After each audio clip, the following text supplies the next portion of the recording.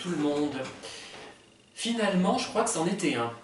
Alors, vous vous souvenez sans doute que j'avais parlé d'une personne que je suspectais peut-être d'être manipulatrice, perverse, mais j'étais arrivé à la conclusion que c'était quelqu'un de complètement idiot, et qu'en fait, il ne fallait pas confondre des personnes complètement stupides, crétines dans le sens populaire du terme, hein, évidemment, pas dans le sens psychologique, avec des pervers ou des personnes manipulatrices. Bref, j'y ai réfléchi depuis. Eh bien, on peut être un crétin, enfin, un imbécile, quelqu'un de stupide, tout en étant pervers. Et d'ailleurs, ce n'est pas incompatible, au contraire même, je dirais. Hein, puisqu'en général, moi, je ne les trouve pas transcendants sur le plan intellectuel. Alors, déjà, je raisonne par analogie avec d'autres situations que j'ai vécues et qui renvoyaient à des points communs. Il y avait des points communs entre les personnes en question. Déjà, le pseudo. Alors, j'ai eu des droits à des pseudos que je pensais pris au second degré, mais qui en réalité étaient pris au premier degré, du genre super belle fille ou génie du siècle, etc. Hein, c'en est à ce point-là parfois. Hein. Et ce n'est pas au second degré, mais c'est tellement gros qu'on se dit c'est du second degré. Ben non. Alors, la personne en question, il y avait dans son pseudo le mot mentor. J'en dis pas plus parce que on devinerait peut-être qui c'est, mais il y avait au moins cet aspect-là. Et comment dire, un mentor, ben, il y a un côté Pygmalion pour moi. Hein. Pygmalion, c'est-à-dire que c'est quelqu'un qui essaie de nous façonner à sa guise, à sa volonté, en fonction de l'objectif qu'il souhaite obtenir, la personne qu'il souhaite créer finalement. Et souvent, ça a quelque chose de pervers. Hein. C'est quelqu'un qui veut nous contrôler. Et c'est effectivement ce qui s'est passé. Alors au départ, donc, il y a ce pseudo qui doit nous alerter. Hein, il ne faut pas le prendre forcément au second degré.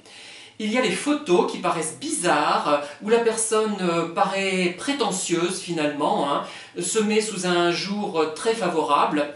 Il y a aussi le texte, tout ce qui se passe, vous êtes enthousiasmé au-delà du possible. En général, vous dites, mais c'est quelqu'un de formidable.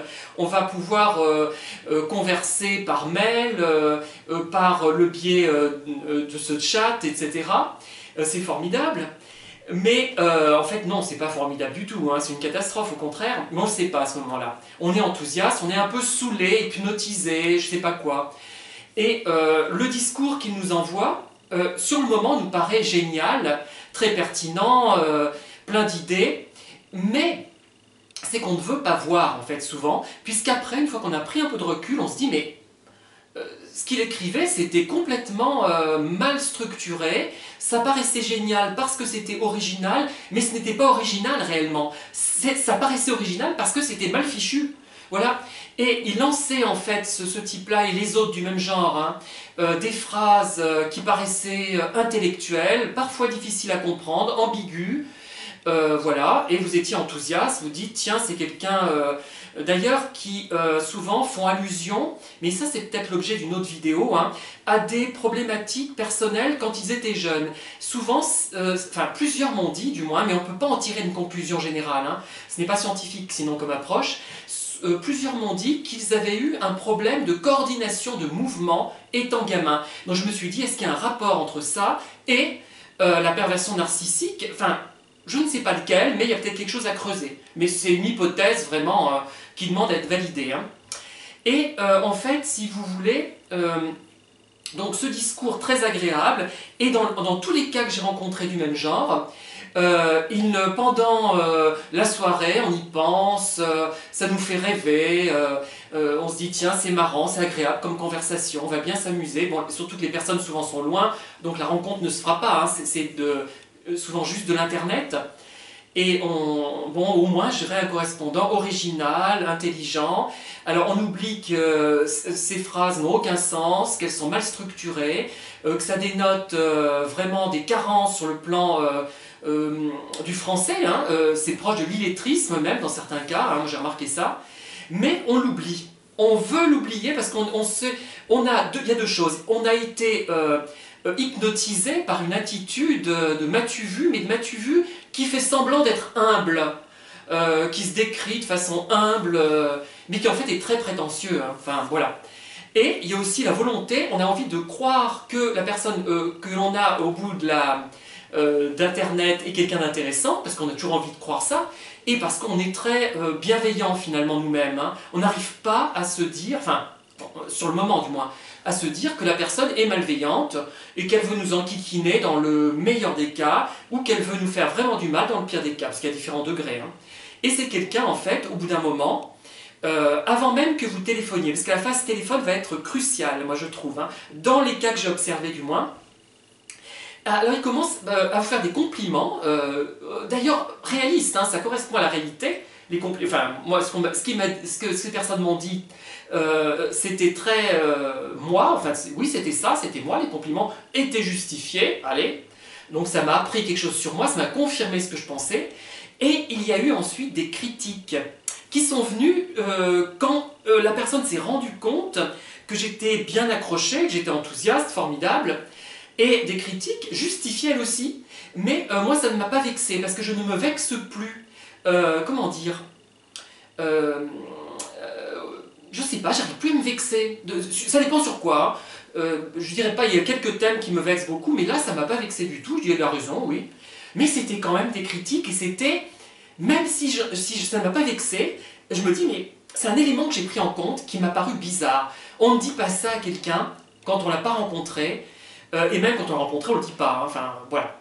Ensuite, au bout d'un moment, vous avez envie de téléphoner pour vous faire une idée plus précise de la personne. Et là, c'est là que vous vous rendez compte des choses.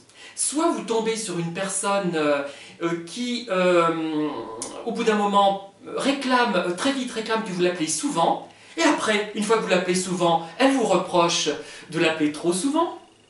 Bon, alors que vous ne l'avez pas si souvent que ça, et c'est elle qui l'a demandé, qui l'a initié cette demande. Autre cas, c'est une personne qui au téléphone, alors qu'elle était très très agréable par mail ou par chat, elle devient très sèche, alors qu'elle s'attendait à ce que vous lui téléphoniez. Vous dites, bon, c'est peut-être que je n'ai pas appelé au bon moment, hein. Donc vous rappelez à un autre moment, vous demandez à quel moment je peux t'appeler sans te déranger. Il vous dit eh ben, vers telle heure et telle heure, bon, vous appelez, pareil, rebelote, quelqu'un de désagréable et de contrôlant, quelqu'un qui va vous critiquer en disant que votre attitude téléphonique n'est pas pertinente, vous ne devez pas appeler à ce moment-là, c'est une erreur, etc. Et il y a une troisième variante que j'ai connue récemment, c'est que vous expliquez qui vous êtes, mais gentiment, sans être agressif, vous dites mais voilà, j'ai telle difficulté, qu'est-ce que t'en penses toi? Moi je trouve qu'on a une vision trop stéréotypée des hommes et des femmes, on met trop les gens dans les cases. En général, vous précisez, évidemment il y a des exceptions, mais ils vous critiquent en plein là-dessus en disant que c'est normal, il y a l'homme et la femme qui sont différents, donc forcément il y a des comportements qui ne seront pas les mêmes. Et il vous engueule alors que vous ne l'avez pas engueulé du tout. Vous avez parlé posément, beaucoup plus posément et gentiment que je suis là. Là, je suis un peu virulent, mais c'est pas ça. Moi, je dis avec humilité les difficultés que je peux rencontrer dans la vie. Voilà, par rapport à la communication, par rapport à la façon de saluer, des choses comme ça qui me gênent. Alors, et là, il vous descend en flèche, mais vraiment sans raison, alors qu'il pourrait reprendre posément les choses. Il pourrait vous dire, oui c'est vrai ce que tu dis, mais moi je trouve que, blablabla, il y a toujours une manière de le dire, hein. Et là, pas du tout, c'est dit très mal, ça vous met très mal à l'aise, et au bout d'un moment, vous vous sentez mal.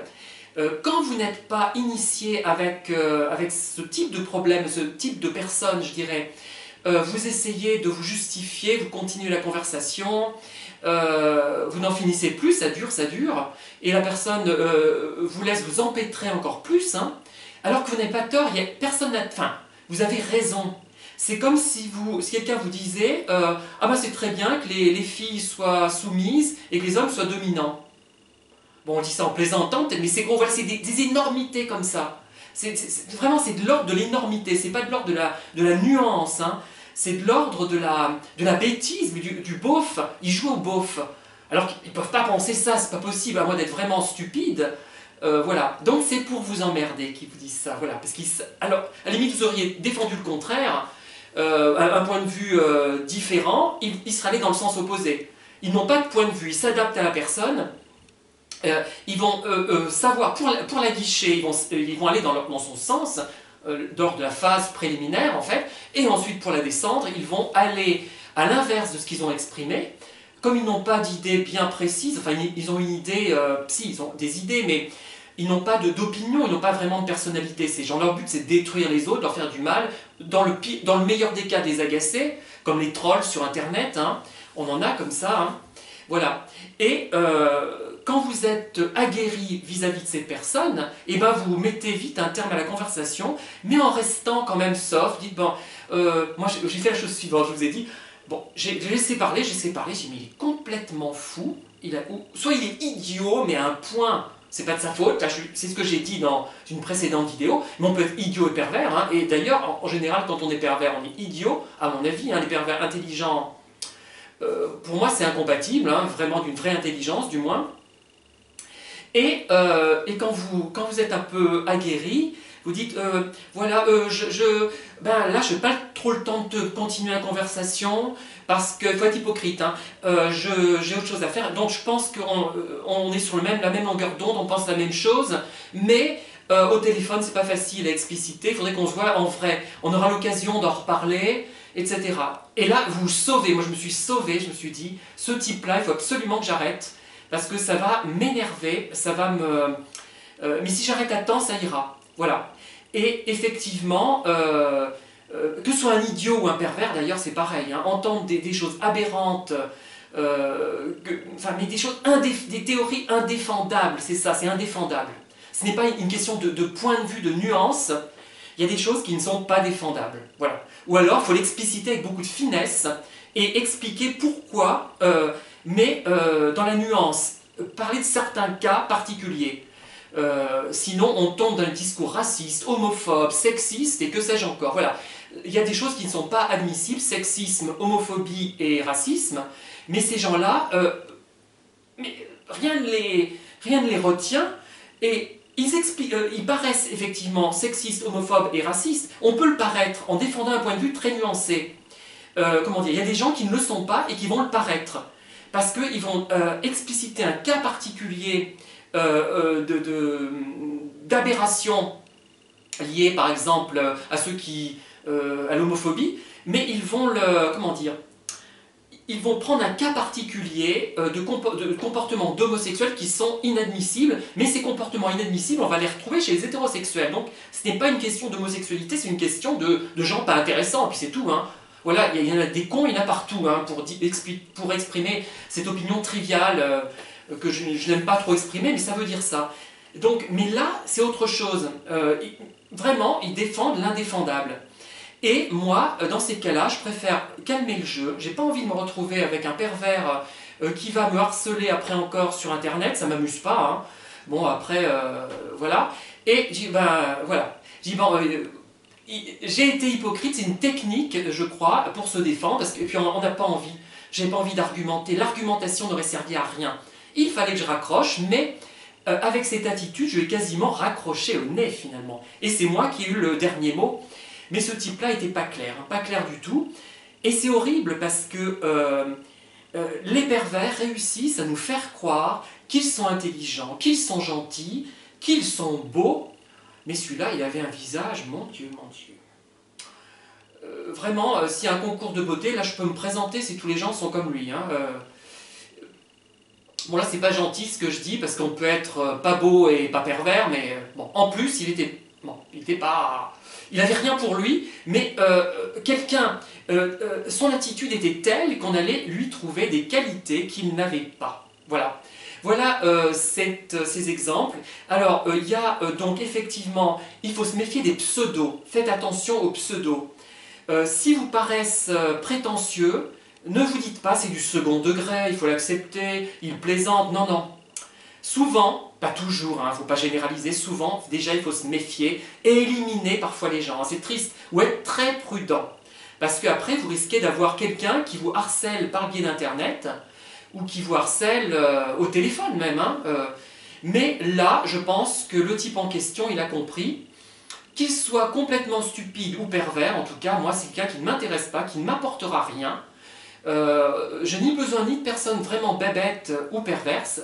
Quel que soit le cas, hein, ça n'apporte rien. Laissons tomber, si possible sans faire trop de dégâts, pour pas stimuler leur haine qui va après vous empoisonner la vie sur Internet. Voilà, ou par téléphone. Bonne journée à tout le monde et à très bientôt.